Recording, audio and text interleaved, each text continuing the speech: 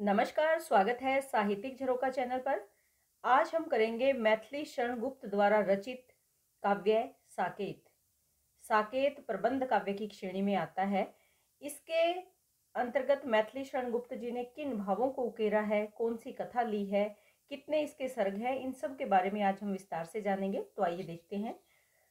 देखिए, सबसे पहले अगर बात करें तो इसका रचना काल है 1931 ईस्वी।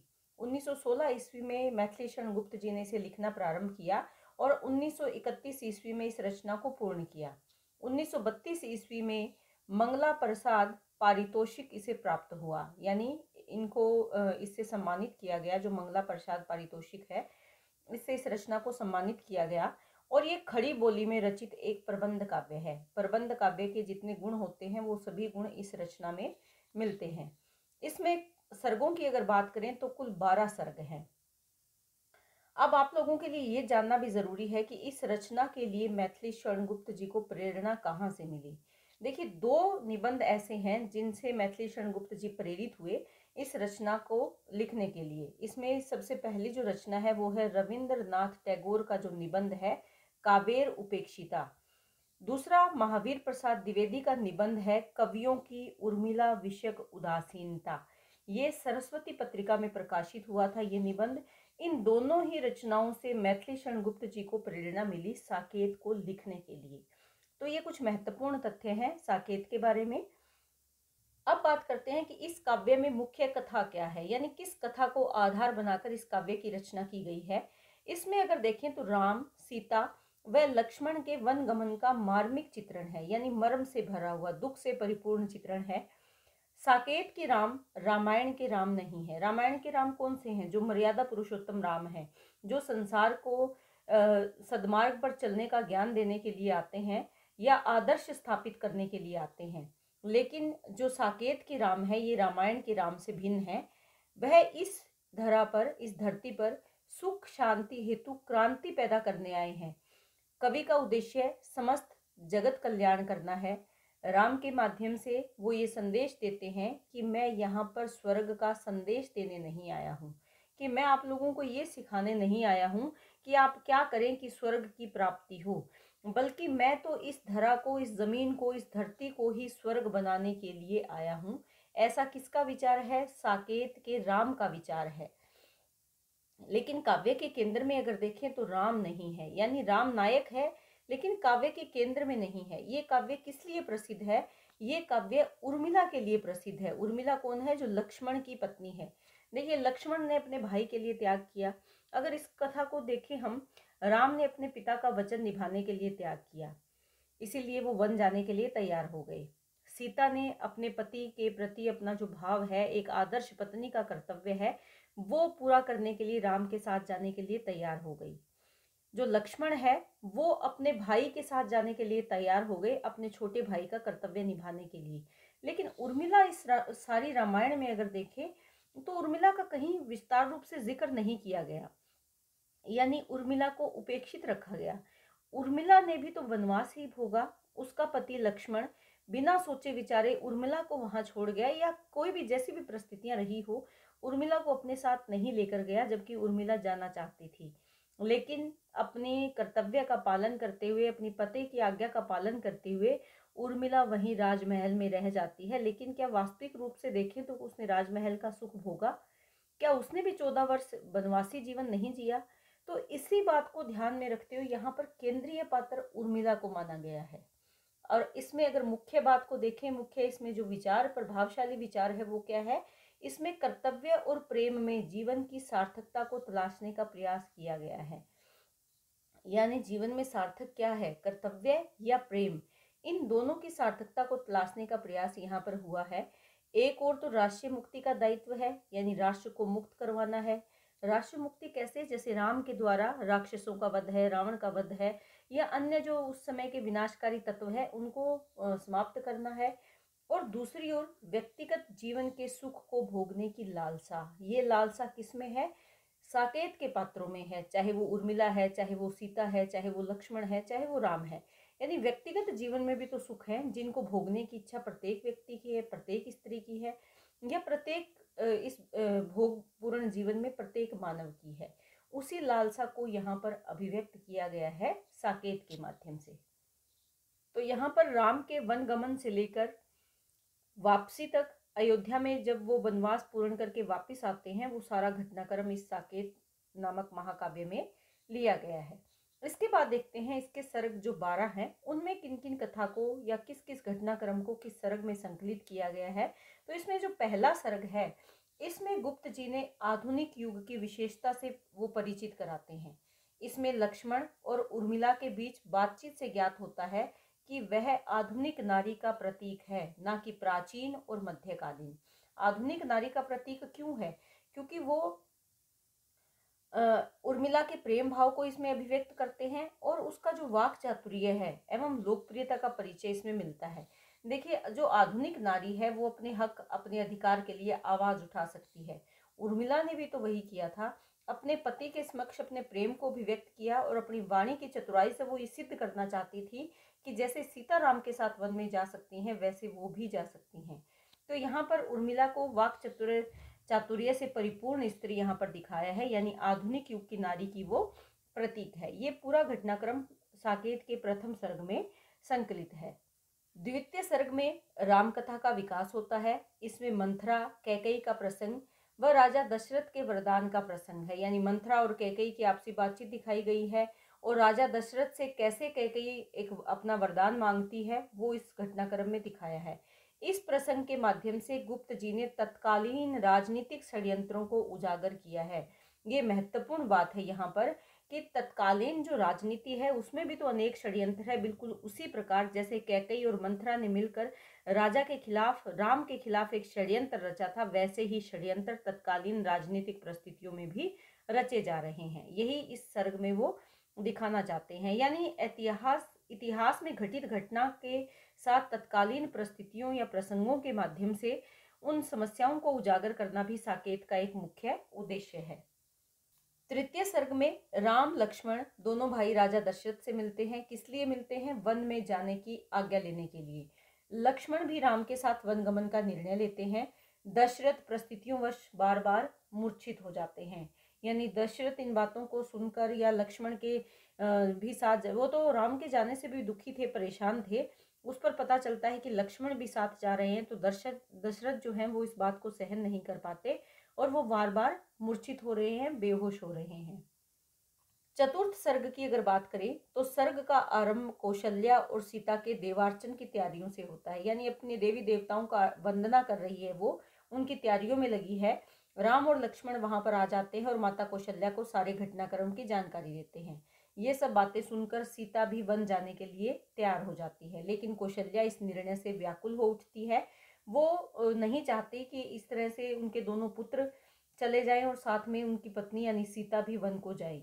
इस सर्ग में बड़ा ही मार्मिक चित्रण हुआ है। सीता जब वल्कल धारण करती है, वल्कल यानी जो वन में जाने के लिए वस्त्र धारण करती है, वो बहुत ही मार्मिक घटनाक्रम है। उसके साथ साथ उर्मिला की स्थिति का भी चित्रण यहाँ पर किया गया है, यानी उर्मिला उस समय किन परिस्थितियों का सामना कर रही थी, कैसी उसकी मनोदशा है, वो भी इसी सर्ग में संकलित किया गया है।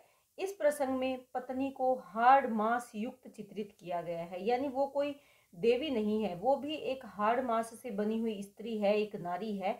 उसके मन में भी प्रेम और वियोग की पीड़ा है, वो कोई त्याग और समर्पण की देवी नहीं है। यानी उर्मिला भी तो ऐसी परिस्थितियों से परिस्थितियों को जी रही है, जिस प्रकार एक सामान्य स्त्री जो कि हाड़ और मांस से बनी हुई है, जिसे दुख सुख सभी सहन होता है या जो उनको अनुभव करती है, वैसी परिस्थितियां तो उर्मिला के सामने है।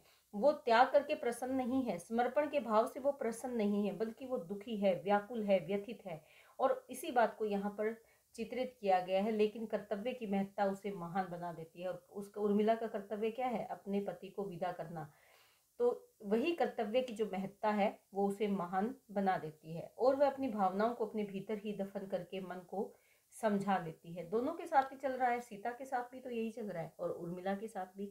माना कि सीता के पति उसे ले जाने के लिए तैयार हैं, लेकिन क्या ये सीता के लिए सामान्य परिस्थितियां हैं या आसान परिस्थितियां हैं? कहाँ वो कुछ पलों बाद राज्य की महारानी बननी थी, उसके पति का राज्याभिषेक होना था, और कहाँ पर वहां वन जाने की तैयारियां शुरू हो जाती है।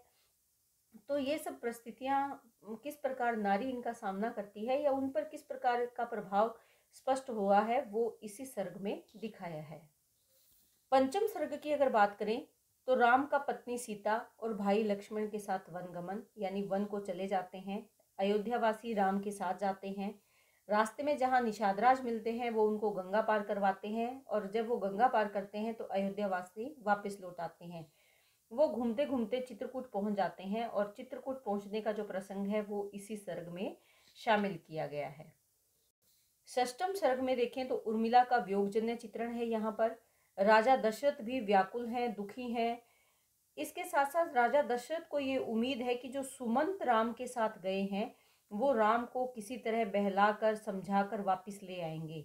लेकिन राजा दशरथ देखते हैं कि सुमंत भी वापस अयोध्या खाली हाथ लौट आते हैं, अकेले लौट आते हैं, और ये उनसे सहन नहीं होता और दशरथ की मृत्यु हो जाती है। छठे सर्ग में इसी प्रसंग को संकलित किया गया है। सप्तम सर्ग की अगर बात करें तो भरत और शत्रुघ्न अयोध्या वापस आ जाते हैं, क्योंकि भरत अपने ननिहाल गए हुए थे, तो शत्रुघ्न और वो दोनों वापस आ जाते हैं।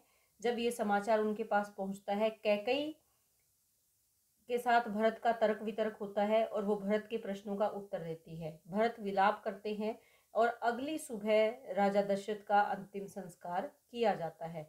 क्योंकि भरत जब पहुंचते हैं तो जो राजा राम हैं वो वन को चले जाते हैं, दशरथ की मृत्यु हो जाती है। तो इसके पश्चात भरत विलाप करने लगते हैं और अगली सुबह राजा दशरथ का अंतिम संस्कार का जो घटनाक्रम है वो भी इसी सप्तम सर्ग में संकलित है। अष्टम सर्ग में चित्रकूट का दृश्य है। भरत शत्रुघ्न का आगमन चित्रकूट में होता है। दोनों को सेना के साथ आता हुआ देखकर लक्ष्मण क्रोधित हो जाते हैं, क्योंकि लक्ष्मण को लगता है कि वो युद्ध करने के लिए आए हैं, लेकिन ऐसा नहीं होता। राम उनको समझाते हैं। भरत और शत्रुघ्न का वहां पर आगमन हो जाता है। ऋषि वशिष्ठ उनको धैर्य बंधाते हैं। किसको? राम को। राम अपने दिवंगत पिता को श्रद्धांजलि समर्पित करते हैं, क्योंकि जब उन्हें पता चलता है कि अपनी माता की परिस्थिति को देखकर वो अंदाजा लगाते हैं कि उनके पिता स्वर्गवासी हो चुके हैं। उसके पश्चात वो अपने पिता को श्रद्धांजलि अर्पित करते हैं। कैकेयी और भरत राम से साकेत चलने का आग्रह करते हैं। साकेत यानी अयोध्या चलने का आग्रह करते हैं, लेकिन इस बात से राम इनकार कर देते हैं, क्योंकि राम अपने वचन को नहीं तोड़ना चाहते जो उन्होंने अपने पिता दशरथ को दिया है। राम के समझाने पर भरत राम की चरण पादुका को लेकर वापिस साकेत लौट आते हैं। लक्ष्मण और उर्मिला का कुटी में क्षणिक मिलन होता है। ये किसके द्वारा करवाया जाता है? सीता के द्वारा। लेकिन दोनों ही अपने भीतर छिपे दर्द को अभिव्यक्त नहीं करते। अंदर जो उनके दुख है, दर्द है, पीड़ा है उनके हृदय में, वो दोनों ही अभिव्यक्त नहीं करते। तो ये क्षणिक मिलन है। इस मिलन में भी जो उर्मिला है उसकी वियोगपूर्ण परिस्थिति का यहाँ पर वर्णन किया गया है।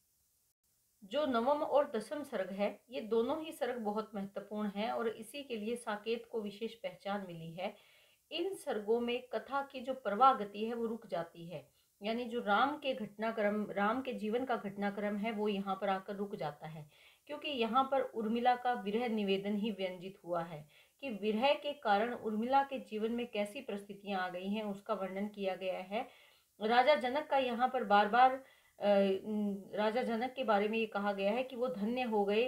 सीता और उर्मिला जैसी जो उन्होंने पुत्रियों को जन्म दिया, मांडवी को उन्होंने जन्म दिया, तो वो धन्य हो गए। पुत्रों से कहीं ज़्यादा उनके नाम को ऊंचा करने में या उनके नाम को हमेशा के लिए अमर करने में उनकी पुत्रियों ने जो अपना योगदान दिया है वो हमेशा याद रखा जाएगा। इस इतिहास में हमेशा के लिए स्मरण रहेगा। यानी यहाँ पर किस प्रकार अपने पति के चले जाने पर उर्मिला के जीवन में क्या विपरीत परिस्थितियां आ गई है, किस प्रकार विरह भाव से वो अपना जीवन जी रही है, उसको यहाँ अभिव्यक्त किया है नवम और दशम सर्ग में। एकादश सर्ग की अगर बात करें तो राजभवन के बाहर पर्णकुटी में भरत का आवास है, क्योंकि भरत अपने भाई राम को ये वचन देते हैं कि वो राज सिंहासन में पर नहीं बैठेंगे, बल्कि पर्णकुटी बनाकर, पत्तों की कुटिया बनाकर वहीं पर अपना जीवन व्यतीत करेंगे जब तक कि राम वापस नहीं लौट आते। राम की जो चरण पादुका है उनको वो पूजा योग्य समझकर ऐसे स्थान पर रखते हैं जहां पर उनकी अर्चना और वंदना की जा सके। मांडवी वहां पर पहुंचती है। मांडवी कौन है? मांडवी भरत की पत्नी है और वो भरत को उर्मिला की दशा का वर्णन करती है, यानी उर्मिला की जो उस समय दशा है उसके बारे में भरत को बताती है। तो भरत भी यहाँ पर अन्न जल ग्रहण करने से इनकार कर देते हैं। लेकिन मांडवी उन्हें समझा बुझाकर प्रसाद ग्रहण करने के लिए कहती है। तभी वहां पर शत्रुघ्न आ जाते हैं, जो कि एक व्यवसायी कौन है? अयोध्या का ही एक व्यापारी है। उसके द्वारा राम के बारे में बताए गए प्रसंगों की सारी जानकारी वहां पर देते हैं।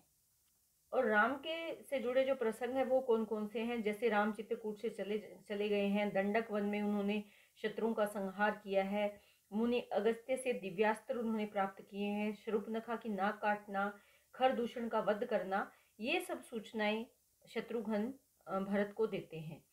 भरत द्वारा हनुमान को राक्षस समझकर वार करना।